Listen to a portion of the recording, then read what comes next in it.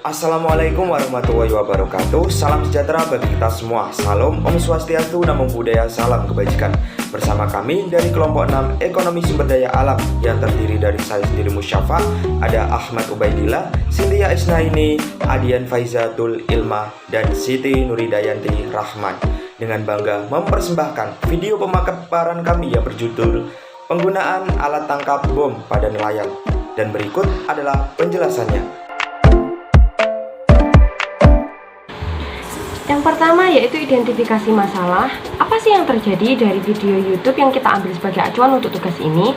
Yaitu sebuah video dari YouTube yang diambil dari channel Kompas TV menunjukkan saat petugas mengejar 2 kapal nelayan penangkap ikan di perairan Selayar. 2 kapal ini ditangkap lantaran menggunakan bom ikan sebagai alat pancing untuk mendapatkan ikan tangkapan. Dalam penangkapan, petugas juga menangkap 4 nelayan lokal dan menyita barang bukti berupa bahan bom ikan. Tindakan ini terbukti jelas melanggar Undang-Undang 45 tahun 2009 Pasal 84 dan para pelayan ini kemudian akan dibawa ke pangkalan PSDKP Bitung. Solusi yang dapat diterapkan untuk mengurangi adanya peledakan bom saat penangkapan ikan yaitu yang pertama, memberikan kampanye dan juga edukasi terkait bahayanya dalam menggunakan bom. Kegiatan ini diharapkan dapat menumbuhkan kesadaran dari masyarakat, khususnya para nelayan yang merupakan garda terdepan dalam menjaga dan juga memelihara kelestarian sumber daya yang ada di laut. Kemudian solusi yang kedua yaitu mengganti penangkapan ikan menggunakan bahan yang ramah lingkungan. Hasil penelitian menunjukkan bahwa alat penangkapan ikan yang termasuk ke dalam kategori yang sangat amat ramah lingkungan meliputi yang pertama pancing ulur, pancing rawai, jari pinsang, dan buka cincin. Kemudian solusi yang ketiga yaitu mempererat adanya regulasi bagi nelayan yang melanggar dalam penangkapan ikan menggunakan bom. Dan solusi yang keempat yaitu adanya peran masyarakat. Peran serta masyarakat dapat dilakukan dengan cara mengamati atau memantau kegiatan perikanan dan juga pemanfaatan lingkungan yang ada di daerah sekitarnya. Kemudian melaporkan jika memang nantinya adanya dugaan kegiatan destruktif fishing atau pengeboman terhadap penangkapan ikan kepada pengawas perikanan atau aparat penegak hukum. Baik, selanjutnya yang kelima yaitu pemerintah daerah perlu melakukan penegasan dalam bentuk peraturan daerah dan melakukan koordinasi di antara stakeholder terkait dalam pengawasan areal perairan. Yang keenam, program wajib belajar 9 tahun perlu ditingkatkan untuk memperkecil jumlah anggota masyarakat yang tidak bersekolah dan sekaligus untuk meningkatkan kesadaran dan wawasan masyarakat akan dampak negatif yang ditimbulkan oleh kegiatan pengeboman ikan.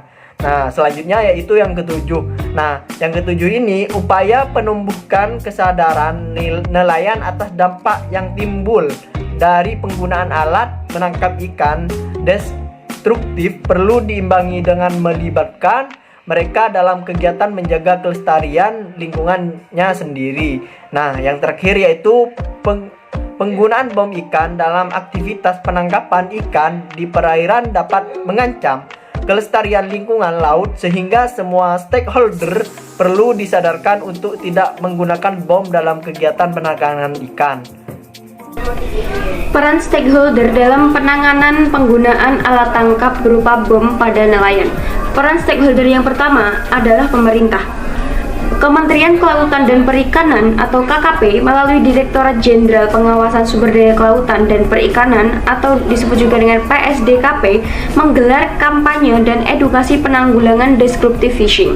Nah, kegiatan ini diharapkan dapat menumbuhkan kesadaran masyarakat, khususnya para nelayan sebagai garda terdepan dalam menjaga dan memelihara kelestarian terumbu karang dan ikan.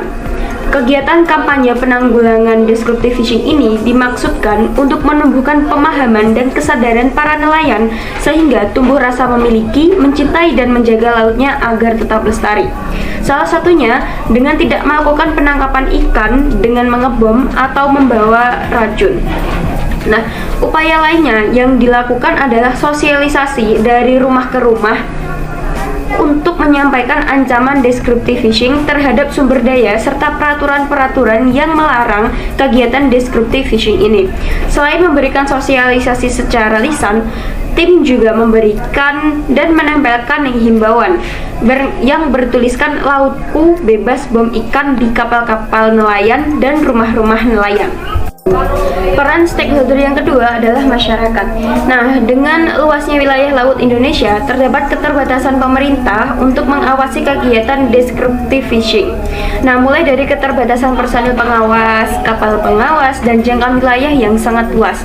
Untuk itu, peran serta masyarakat sangat diperlukan untuk bersama-sama memerangi pelaku descriptive phishing. Nah, peran serta masyarakat dapat dilakukan dengan mengamati atau memantau kegiatan perikanan dan pemanfaat lingkungan yang ada di daerahnya. Kemudian, melaporkan adanya dugaan kegiatan descriptive phishing kepada pengawas perikanan atau aparat penegak hukum. Peran stakeholder yang ketiga yaitu adalah perguruan tinggi. Nah, perguruan tinggi memiliki tanggung jawab untuk ikut berperan dalam pengembangan kualitas masyarakat pesisir dan nelayan. Nah, penelitian pada perguruan tinggi seyogyanya mampu untuk menghubungkan dengan kepentingan pengembangan masyarakat. Salah satu agenda yang dapat dikembangkan perguruan tinggi dalam rangka untuk mengintegrasikan penelitian dan pengembangan masyarakat adalah mengefektifkan program Teaching Farm. Nah, program Teaching Farm ini merupakan sarana pendidikan lapangan yang dimaksudkan selain untuk peningkatan mutu pendidikan bagi mahasiswa, juga diperuntukkan bagi kegiatan penelitian. Nah, pelatihan serta kegiatan usaha yang menghasilkan keuntungan yang bermanfaat bagi keberlanjutan kegiatan yang dimaksud dan masyarakat sekitar. Dengan demikian, pada kegiatan Teaching Farm yang dimaksud dapat memberikan pengertian bahwa adanya keterlibatan unsur mahasiswa, dosen, instruktur, dan juga masyarakat sebagai stakeholder. Stakeholder yang selanjutnya yaitu ada dunia industri atau bisnis, di mana dunia industri dan bisnis ini berperan dalam mematuhi segala peraturan yang dibuat oleh pemerintah seperti keputusan Menteri Kelautan dan Perikanan nomor 10 tahun 2003 tentang perizinan usaha penangkapan ikan, di mana jenis alat tangkap yang diizinkan yaitu ada pukat, cincin, rawai tuna, jaring, ingsan, hanyut atau HUHT, dan melarang penggunaan bom dalam penangkapan ikan. Dan yang kedua yaitu dunia industri atau bisnis diharapkan tidak memproduksi barang yang bersifat destruktif phishing, di mana harus memperhatikan dan menerapkan dampak yang dapat diakibatkan oleh adanya produk tersebut dengan menganalisis amdal dan eksternalitas dari produk alat tangkap ikan dari bom tersebut. Dan yang ketiga yaitu dunia industri atau bisnis harus menjunjung tinggi dan menerapkan asas tanggung jawab sosial dan lingkungan atau corporate social responsibility CSR, di mana pihak industri dapat memberikan bantuan berupa alat tangkap ikan yang tidak berbahaya dan diizinkan oleh pemerintah. Dan yang terakhir yaitu ada stakeholder NGO atau LSM, lembaga swadaya masyarakat, di mana ini berperan dalam strategi mendorong untuk melakukan lobby terhadap pemerintah untuk mendukung pelestarian lingkungan perairan laut, khususnya menjaga kelestarian terumbu karang. Yang kedua, strategi dalam mengumpulkan dana yang kemudian disalurkan dalam kegiatan konservasi sumber daya perairan. Dan yang ketiga yaitu strategi melakukan kampanye dan pengorganisasian protes publik dalam mendukung kelestarian terumbu karang dan kelestarian makhluk hidup di perairan laut. Dan yang keempat, strategi menyediakan informasi dan melalui wawancara media yang mendukung kelestarian laut dan keberlanjutan penangkapan ikan dengan ramah lingkungan. Dan yang terakhir, strategi mendorong partisipasi masyarakat dalam menegakkan hukum lingkungan perairan. Perlu adanya program-program yang menarik untuk masyarakat. Program yang sudah dibuat harus dijalankan dengan serius sehingga ada keberlanjutan yang berdampak pada kelestarian terumbu karang. Nah, itulah penjelasan dari kelompok 6. Kurang lebihnya mohon maaf. Wassalamualaikum warahmatullahi wabarakatuh.